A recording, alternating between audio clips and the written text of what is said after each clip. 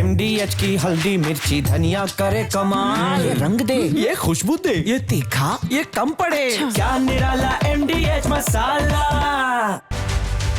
नमस्कार, रिपब्लिक भारत देख रहे हैं आप। मैं हूं अमृत तिवारी। वक्त हो चुका है राष्ट्र सर्वोपरि का, और आज राष्ट्र सर्वोपरि में होगी बात इंटरनेशनल अजीम रिश्ते की बुनियाद और सिक्के के दूसरे पहलू की भी। जहां कोई कह रहा है हमको तो यारों ने याद भी न रखा, बताऊंगा आपको कि क्यों अपनी फैमिली की पाकिस्तान से डील के लिए ट्रंप ने भारत से दोस्ती की बलि दी। साथ ही होगी बात असम में घुसपैठियों पर हो रही कार्रवाई से मदनी की नाराजगी की, जिनका दिल दहल रहा है। और बताऊंगा आपको कि आज मंच पर पीएम मोदी भावुक हो गए। दिल्ली की तरफ बढ़ते सबसे बड़े खतरे की भी बात बताऊंगा आपको, करूंगा सावधान। क्या दिल्ली डूबने वाली है? तो बने रहिए हमारे साथ और शुरू करते हैं राष्ट्र सर्वोपरि। दलीलों और दावों के जरिए अमेरिका के राष्ट्रपति डोनाल्ड ट्रंप ने अपने टैरिफ कार्ड को जायज ठहराने की पूरी कोशिश की। यह साबित करने की पूरी कोशिश की कि उन्होंने भारत पर 50% टैरिफ लगाकर कुछ गलत नहीं किया। लेकिन अब अमेरिका लाइन पर आता दिख रहा है। ट्रंप की टीम इशारों में ही सही भारत से बैकडोर डिप्लोमेसी चैनल को मजबूत करने की कवायद में जुट गई। लेकिन सवाल ये कि क्या भारत ऐसा होने देगा? क्या भारत ऐसा करेगा? सवाल इसलिए क्योंकि ट्रंप ने जो टैरिफ कार्ड चला है उसकी असली वजह सामने आ गई। पता चल गया है कि कैसे ट्रंप ने अपने निजी फायदे के लिए भारत से संबंधों को बिगाड़ने का काम किया।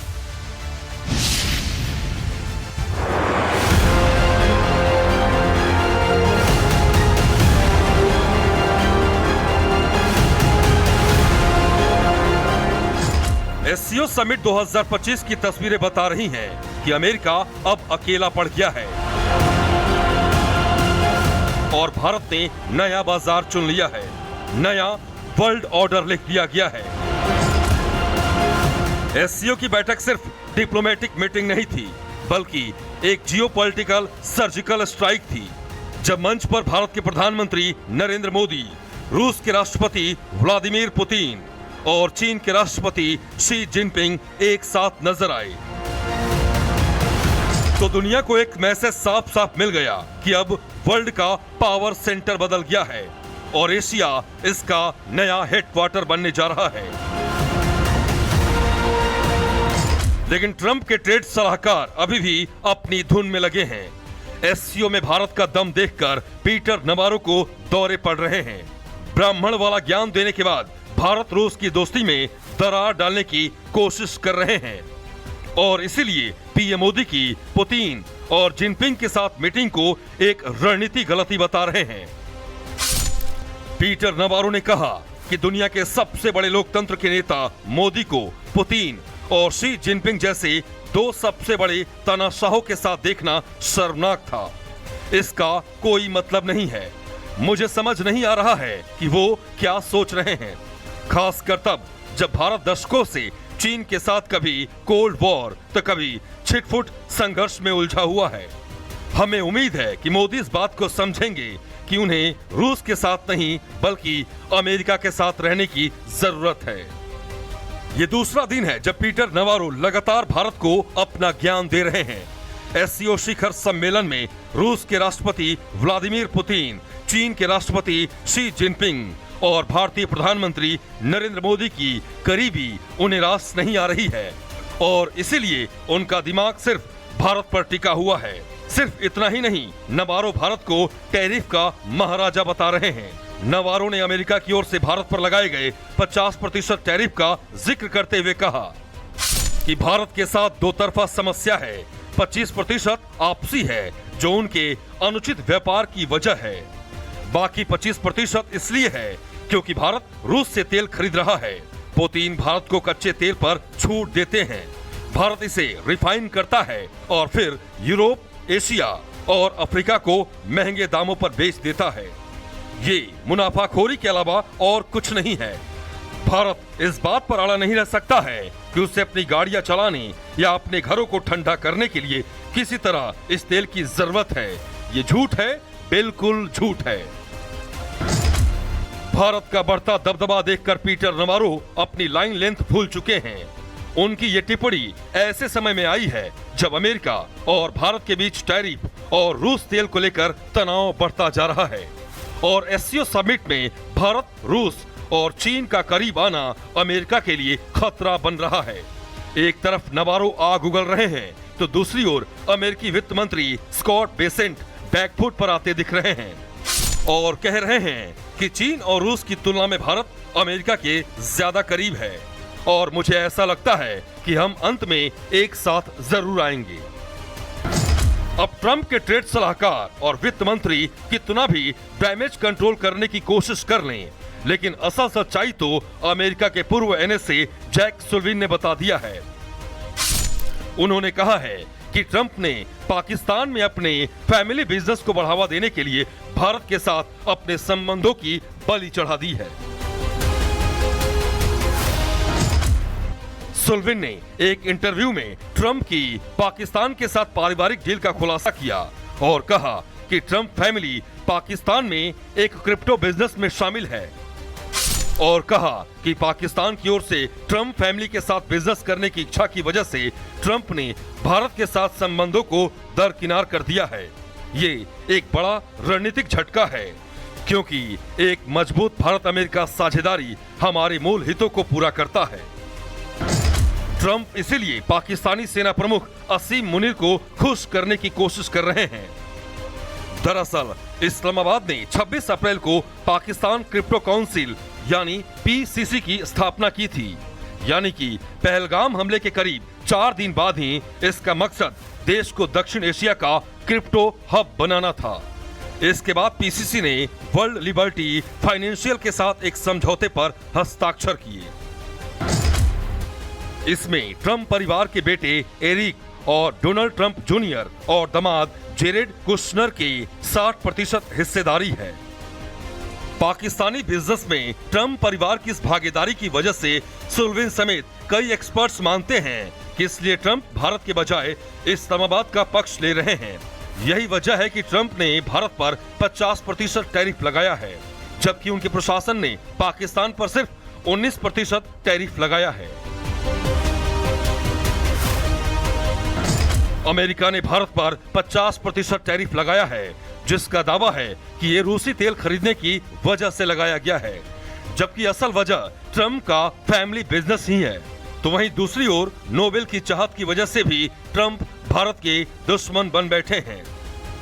दरअसल भारत पाकिस्तान संघर्ष में मध्यस्थता पर ट्रंप के झूठ को भारत ने उजागर कर दिया, जिसके बाद अमेरिकी राष्ट्रपति भड़क गए, जबकि दूसरी ओर इस्लामाबाद ने न केवल ट्रंप को नोबेल शांति पुरस्कार के लिए नामित किया, इतना ही नहीं, मुल्ला मुनीर ने उनके परिवार और करीबियों को अपनी नई पाकिस्तानी क्रिप्टो काउंसिल में भी शामिल किया। माना जा रहा है कि यही वजह है कि पाकिस्तान पर ट्रंप की कृपा बरस रही है। Bureau report, Republic Bharat. अब शब्दों की कहीं भी गुंजाइश नहीं होती, खास तौर पर राजनीति में। लेकिन आजकल राजनीति का जैसे फैशन हो गया है गाली देना और दिलवाना। कांग्रेस के नेता तो इस फैशन को अपनाने में सबसे आगे हैं, लेकिन जब देश के प्रधानमंत्री की बात आती है तो कांग्रेस और विपक्षी दल का गाली वाले फैशन को और तूल देने का ऐसा लगता है कि उनका प्लान होता है, जिसका नमूना बिहार में भी देखने को मिला। मगर आज प्रधानमंत्री नरेंद्र मोदी ने कांग्रेस के इस गाली पॉलिटिक्स की कलई खोल कर रख दी। उन्होंने बता दिया कि सियासत में भाषा की मर्यादा और शुचिता का ध्यान जिसने भी नहीं रखा उसका सियासी अस्तित्व मिट गया। देखिए कैसे प्रधानमंत्री मोदी ने कांग्रेस की एक एक गाली का सधे शब्दों में जवाब दिया।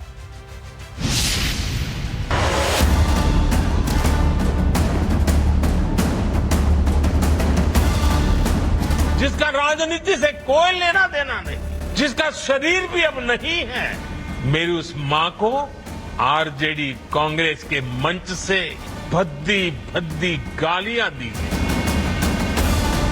क्या गुना, उस मां का क्या गुना जैसे भद्दी गालियां सुना दी जाए।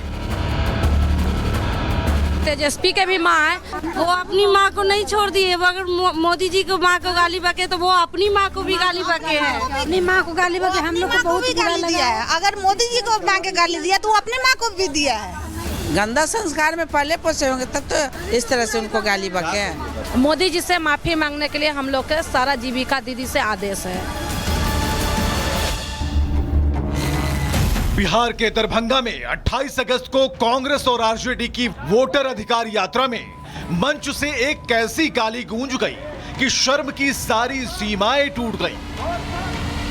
पीएम मोदी, उनकी मां, जिनकी छांव में एक संकल्पित राष्ट्र का उदय हुआ था, उन पर खुले मंच से अब शब्दों की बौछार की गई।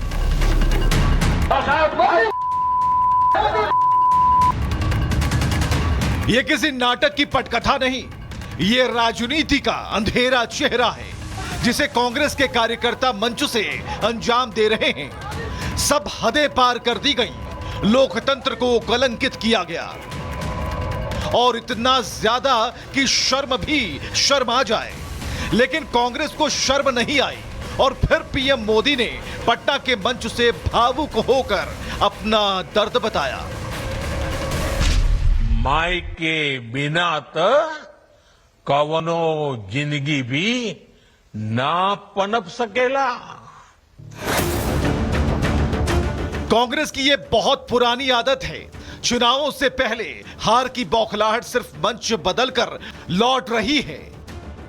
कांग्रेस नेता राहुल गांधी खुद चौकीदार चोर है का नारा लगाकर पीएम मोदी पर अभद्र टिप्पणी कर चुके हैं। मौत का सौदागर और नीच आदमी जैसे विवादपूर्ण बयान पहले भी कांग्रेस के नेता दे चुके हैं। अब तुम्हारे को तुम्हारी सूरत कितनी बार देखना, हर जगह कितने भाई, क्या आपके रावण के जैसा 100 मुख है क्या है? मुझको लगता है कि ये आदमी बहुत नीच किस्म का आदमी है, इसमें कोई सभ्यता नहीं है। लेकिन कांग्रेस के मंच से अब जो कहा गया उसने बता दिया कि कांग्रेस राजनीति की मर्यादा में नीचता पर उतर आई है। मेरी उस मां को जिसका राजनीति से कोई लेना देना नहीं, जिसका शरीर भी अब नहीं है, मेरी उस मां को आरजेडी कांग्रेस के मंच से भद्दी भद्दी गालियां दी गई। माताएं बहनें, मैं देख रहा हूं आपके चेहरे, आपको भी कितना दर्द हुआ होगा। मैं देख रहा हूं कुछ माताओं के आंख में आंसू मुझे नजर आ रहे हैं। ये बहुत ही दुख देने वाला है, कष्ट देने वाला है, पीड़ा देने वाला है। क्या गुना, उस मां का क्या गुना जैसे भद्दी गालियां सुना दी जाए। फिसलते मंच की मर्यादा का असर सड़क तक जा पहुंचा है और हर महिला बस अपमान का बदला लेना चाहती है। किसी माँ के गाली देना बहुत ही बड़ी बात है। हर एक का घर में माँ जब तक रहते हैं, माँ से सारा घर संसार चलता है। माँ के नहीं देना चाहिए गाली। माँ तो मतलब कि पूरी दुनिया, माँ ही एक ऐसा है जो घर चला रही है। माँ को गाली नहीं देना चाहिए था। हम लोग भी तो एक माँ है, हम लोग को बेटा गाली देगा तो दुख तो जरूर होगा। ये बहुत गलत किए हैं, वो हर एक माँ को गाली दी है। कांग्रेस की नीचता को उसके ही शहजादे बढ़ावा देते हैं और फिर उसके कार्यकर्ता हद पार कर देते हैं। मां को गाली बकने का जो ये परंपरा आरजेडी कांग्रेस के लोगों ने शुरू किया है, भगवान भी इनको माफ नहीं करेंगे। इस तरह गाली गलौज करना ये लोकतंत्र के लिए संसार करने वाला समय। हम लोग भी आदरणीय प्रधानमंत्री जी के इस दुख की बेरा में सभी लोग साथ हैं और जो पीड़ा दिया है उसको जनता कभी माफ नहीं करेगी। अब पूरा देश एक ही बात बोल रहा है कि जिस पार्टी का इंदिरा गांधी ने नेतृत्व किया, जिसे सोनिया गांधी ने रास्ता दिखाया, जिसे प्रियंका गांधी मजबूत करने की कोशिश में लगी हैं, उस पार्टी में मर्यादा कहां टिक गई। कांग्रेस कहती है राजनीति में मर्यादा बचाए रखनी है, लेकिन जब कांग्रेस के कार्यकर्ता ही मंच से मर्यादा को तार तार करने लगे तो क्या कहेंगे? सवाल है, क्या कांग्रेस में मर्यादा नैतिकता खत्म हो चुकी है? क्या कांग्रेस नेता ही कार्यकर्ताओं को बढ़ावा दे रहे हैं? नरेंद्र मोदी से नाराजगी तो सर्वोच्च पद को गाली क्यों? बिहार में हार के डर की बौखलाहट मंच पर दिख रही है। और सबसे बड़ा सवाल यह कि गाली देने वाला तो गिरफ्तार हो गया, लेकिन क्या कांग्रेस की तुच्छ मानसिकता को भी गिरफ्तार किया जा सकता है? यह सिर्फ एक राजनीतिक विवाद नहीं, लोकतंत्र का अलार्म है, जहां मर्यादा मंच से मारी जा रही है, तार तार की जा रही है। कांग्रेस ने न केवल राजनीति की मर्यादाओं को तोड़ा, बल्कि उस मातृ प्रतिमूर्ति तक की गरिमा को ध्वस्त कर दिया, जिसके आंचल ने इस राष्ट्र को एक संकल्पित नेता दिया है। जब राजनीति में मर्यादा खत्म होने लगे, मंचों से अपशब्दों की बौछार होने लगे, जब जनता को लाभकारी नीतियों की जगह विरोधियों को गाली दी जाने लगे, तो समझ जाइएगा पार्टी हार की बौखलाहट से परेशान है।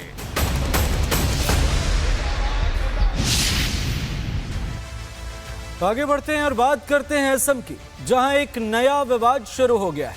असम में घुसपैठियों और अवैध कब्जाधारियों के खिलाफ बेदखली अभियान चलाया जा रहा है। असम की हिमंता सरकार अवैध अप्रवासियों को राज्य से बाहर निकालने के लिए एड़ी चोटी का जोर लगा रही, लेकिन देश के ही कुछ लोग इन घुसपैठियों को मासूम बता रहे हैं। उनका कहना है कि असम सरकार का बेदखली अभियान सरासर गलत। अब सवाल यह कि वो कौन लोग हैं जिन्हें न तो अपने देश की सुरक्षा की चिंता है और न ही संप्रभुता की।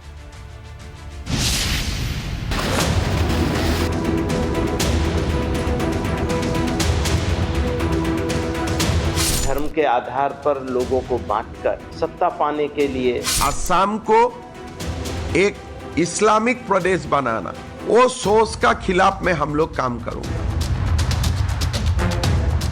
घुसपैठ वही होती है जहां पहरा नहीं होता, लेकिन जब पहरा कड़ा हो जाता है, घुसपैठियों को रोकने के लिए दीवारें ऊंची कर दी जाती हैं, कटीले तारों से घुसपैठियों को छलनी करने का इंतजाम कर दिया जाता है और सरकार अवैध अप्रवासियों के खिलाफ सख्ती बरतती है, तो कुछ लोग घुसपैठियों की हिमायत और सरकार की मुखालफत करने लगते हैं। ये लोग भूल जाते हैं कि वो सिर्फ सरकारों का विरोध नहीं कर रहे, बल्कि उस राष्ट्र का विरोध भी कर रहे हैं जिसकी मिट्टी से उनका अस्तित्व जुड़ा है। फिलहाल असम में भी कुछ ऐसा ही हो रहा है। हिमंता बिस्वा शर्मा की सरकार ने घुसपैठ और अवैध कब्जे के खिलाफ युद्ध का उद्घोष कर दिया है। अवैध कब्जे खाली कराए जा रहे हैं, घुसपैठियों की पहचान कर उन्हें राज्य से बाहर भेजा जा रहा है, तो वहीं डेमोग्राफी बदलने की साजिश रचने वालों के खिलाफ सख्ती बरती जा रही है। I think so far we have detained and pushed back more than around 1,000 infiltrators this year. Assam government is not arresting them because if we arrest them, we put them in Indian jail, they get bail. So we have created another way to push back them immediately. So we have pushed back nearly 1,000 infiltrators in after disruption in Bangladesh. घुसपैठ और अवैध कब्जे के खिलाफ हिमंता बिस्वा शर्मा की सरकार का Hunter चल रहा है, लेकिन दर्द हो रहा है उन लोगों को जिनकी जुबान हिंदुओं के खिलाफ हो रहे अत्याचारों पर सिल जाती है, जो हिंदुओं पर हुए जुल्मों को लेकर बगले झांकने लगते हैं।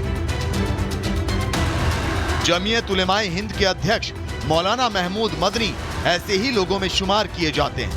फिलहाल मौलाना महमूद मदनी असम के दौरे पर हैं। वो उन लोगों से मिल रहे हैं जिनके अवैध कब्जे को ढहाया गया, लेकिन महमूद मदनी ने न सिर्फ इस कब्जा गैंग को क्लीन चिट दे दी, बल्कि कानून के तहत कार्रवाई कर रही असम सरकार पर भी आरोपों की बौछार कर। स्टेट में एविक्शन का काम हो रहा है, बहुत जगहों पे होता है, लेकिन यहाँ के जिस तरह किया जा रहा है, मैं गया था कल बहुत सारे इलाकों में, तो जिस तरह किया जा रहा है, इसको देखकर दुखी होना, मुझे लगता है आप लोग भी अगर जाएंगे, देखेंगे तरीके को, सिस्टम को, तो आपको भी कष्ट होगा। मुझे बहुत कष्ट हुआ, बहुत दुख हुआ। धर्म के आधार पर लोगों को बांटकर सत्ता पाने के लिए, सत्ता बाकी रखने के लिए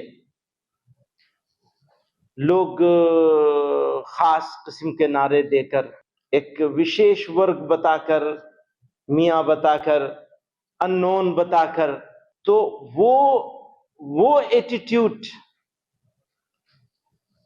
सही मानों में एविक्शन की इस बारबरिक तरीके से एक्शन से जितना दुख, उससे ज्यादा दुख उस एटीट्यूड पे है। मौलाना महमूद मदनी अपने एजेंडे के तहत बयान दे रहे हैं। वो उस विचार के तहत बोल रहे हैं जिसमें समानता और संविधान से ज्यादा शायद मजहब मायने रखता है, वरना जमीयत के अध्यक्ष अवैध कब्जाधारियों को मासूम न बताते, मजहबी कार्ड खेलकर घुसपैठियों का बचाव न करते। मौलाना मदनी जब विदेशी घुसपैठिए भारत के अंदर घुस रहे थे तो आप कई लोग तो थे जो उनको बसा रहे हैं, उनको पैसा दे रहे हैं, उनको हर प्रकार की सहायता दे रहे हैं, ये जानते हुए भी कि देश के लिए खतरा है, गंभीर खतरा है। और अब जब सरकार कोई उन खतरों से देश को मुक्त करना चाहती है तो ये मौलाना मदनी जो है बिलबिला जाते हैं और ये सुप्रीम कोर्ट की दुहाई देते हैं। जमीयत के अध्यक्ष मौलाना महमूद मदनी का विरोध तो होगा ही, क्योंकि ये वही महमूद मदनी हैं जो सरकार को सीधी चुनौती देते हैं, देश में अराजकता फैलाने की धमकी देते हैं और भीड़ तंत्र से कानून को कुचलने की वकालत करते हैं। यकीन नहीं आता तो सुनिए इनका कुछ दिनों पहले दिया गया ये पुराना बयान। सही के लिए क्या है, मदरसा अपनी जाती जमीन में हो, इमारत मंजूरियां लेके बनाई गई हो, फायर फाइटिंग का अरेंजमेंट हो, बच्चों के रखने का जो इंतजाम हुकूक अतफाल से मुताल्लिक है उसको भी पूरा किया जा रहा हो, सरकार फिर भी अगर खराब करना चाहे, दुश्मनी पर उतर आए, तो समझ लीजिए, एक बात याद कर लीजिए, फिर लड़ाई होगी जिंदगी और मौत के बीच का कोई रास्ता नहीं रहेगा। राष्ट्र सर्वोपरि किसके लिए है? असम के मुख्यमंत्री हिमंता बिस्वा शर्मा के लिए या फिर मौलाना महमूद मदनी के लिए? इसका जवाब तो जनता ही देगी, लेकिन इस बात से इनकार नहीं किया जा सकता कि जिस असम को लेकर मौलाना महमूद मदनी एजेंडे वाले आंसू बहा रहे हैं, दर हकीकत तो ये है कि उसी असम की डेमोग्राफी तेजी से बदल रही है, हिंदुओं की संख्या घट रही है, हिंदू बहुल इलाकों में अवैध अप्रवासियों का कब्जा होता जा रहा है। यही नहीं, घुसपैठिए मूल निवासियों की जमीन छीनकर अपना आधार मजबूत कर रहे हैं। आंकड़े इसकी तस्दीक भी करते हैं। असम में लगभग 29 लाख बीघा जमीन पर बांग्लादेशी घुसपैठियों और संदिग्ध नागरिकों का कब्जा है, लेकिन 2021 में बीजेपी सरकार आने के बाद जमीन खाली करने का अभियान चलाया गया। हिमंता सरकार ने बेदखली अभियान के तहत 4 वर्षों में 1.29 लाख बीघा जमीन कब्जा मुक्त कराई। इसी साल जुलाई में गोलपाड़ा जिले में पैकन रिजर्व फॉरेस्ट में बेदखली अभियान चलाया गया। यहाँ 140 हेक्टेयर वन भूमि पर अधिकतर बांग्लादेशी मुस्लिमों का अवैध कब्जा था, लेकिन 36 बुलडोजर के साथ करीब 2700 अवैध इमारतें गिरा दी। हमारा लंबा एजेंडा है मदानी का खिलाफ। मदानी मतलब मदानी का खिलाफ नहीं, मदानी का सोच का खिलाफ। मदानी तो ठीक है, वो आज है कल नहीं है, मैं आज हूं कल नहीं हूं, लेकिन जो सोच है कि असम को एक इस्लामिक प्रदेश बनाना, फंडामेंटलिस्ट इस्लामिक प्रदेश बनाना, वो सोच का खिलाफ में हम लोग काम करूंगा।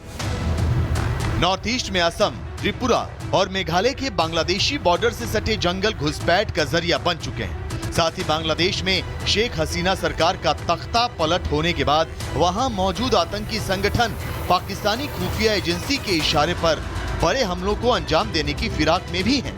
हाल ही में मिले खुफिया इनपुट के बाद एनआईए भी हरकत में आ गई, लेकिन जमीयत के अध्यक्ष मौलाना महमूद मदनी को राष्ट्र की सुरक्षा से ज्यादा अपने मजहब से ताल्लुक रखने वाले उन लोगों से है जिन्होंने अवैध कब्जे किए और गैर कानूनी तरीके से भारत में एंट्री की। जबकि सुप्रीम कोर्ट भी अपने एक आदेश में घुसपैठियों पर कार्रवाई की बात कह चुका है। सुप्रीम कोर्ट ने कहा है कि 24 मार्च 1971 के बाद असम आने वाले सभी बांग्लादेशी नागरिक घुसपैठिए हैं। सुप्रीम कोर्ट ने यह भी कहा है कि जितनी जल्दी हो इन घुसपैठियों को निकाला जाना चाहिए। यही नहीं, घुसपैठ के खिलाफ असम सरकार की सख्ती का ही नतीजा है कि 2024 से अब तक 450 से ज्यादा घुसपैठियों को वापस भेजा जा चुका है। Immigrants expulsion from Assam act 1950 के तहत हिमंता सरकार घुसपैठियों को खोज कर वापस उनके मुल्क भेज रही है, जबकि अवैध कब्जे को खाली कराया जा रहा है। तो राष्ट्र सर्वोपरि में सवाल ये कि घुसपैठ के खिलाफ एक्शन से एक वर्ग विशेष को दिक्कत क्यों हो रही है? घुसपैठियों की तरफदारी क्या देश से गद्दारी नहीं है? क्या घुसपैठ और अवैध कब्जा देश की सुरक्षा के लिए खतरा नहीं है? क्या घुसपैठियों और अवैध कब्जाधारियों का बचाव राष्ट्र से ज्यादा अहमियत रखता है? और घुसपैठियों की हिमायत करने वालों के लिए देश बड़ा है या मजहब? इन तमाम सवालों के जवाब हमें और आपको तलाशने होंगे, क्योंकि इन्हीं सवालों के जवाब में छिपा है हमारा, आपका और देश का भविष्य, देश की स्थिरता, शांति और संप्रभुता। Bureau report, Republic Bharat.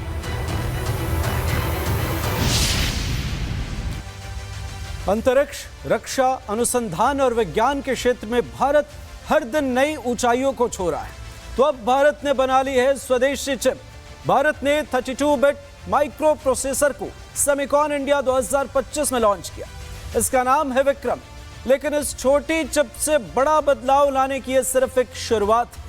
आने वाले वर्षों में ऐसे अनुसंधान होने वाले हैं जो आत्मनिर्भर भारत की बुनियाद को मजबूत करने के साथ साथ दुनिया में भारत को सुपर पावर का दर्जा भी दिलाएंगे।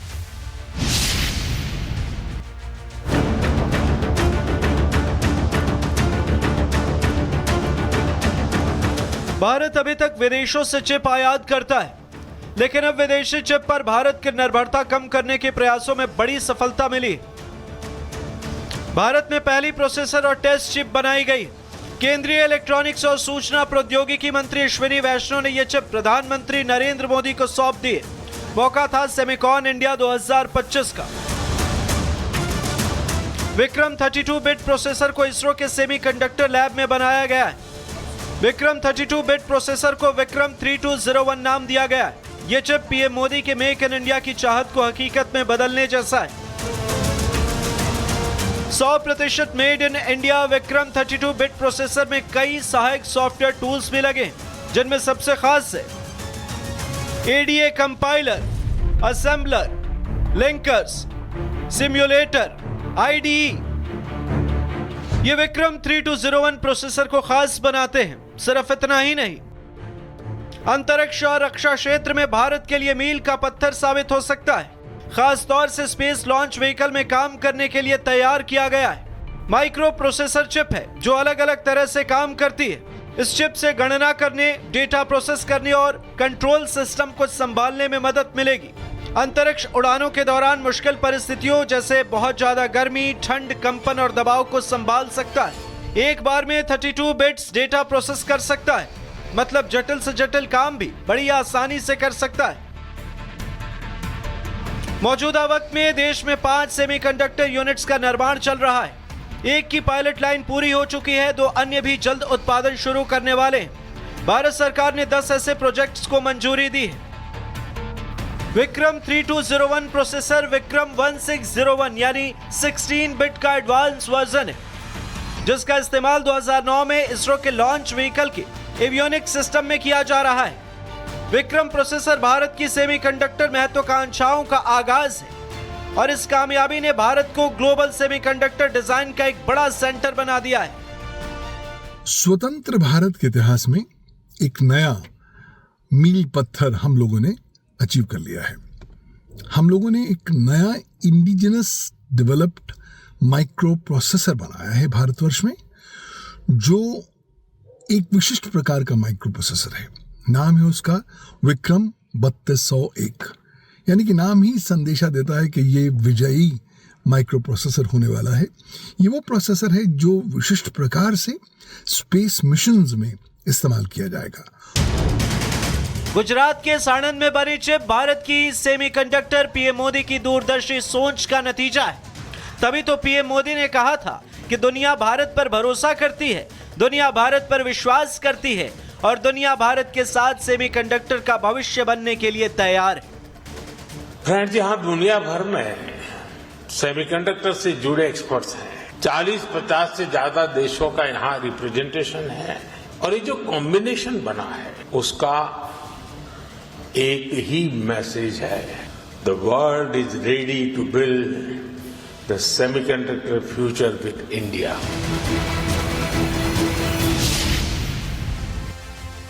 और इसी के साथ राष्ट्र सर्वोपरि में फिलहाल इतना है। बाकी खबरों के लिए देखते रहिए रिपब्लिक भारत। नमस्कार।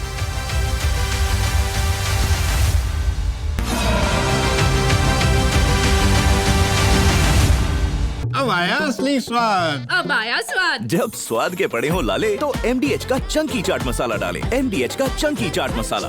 MDH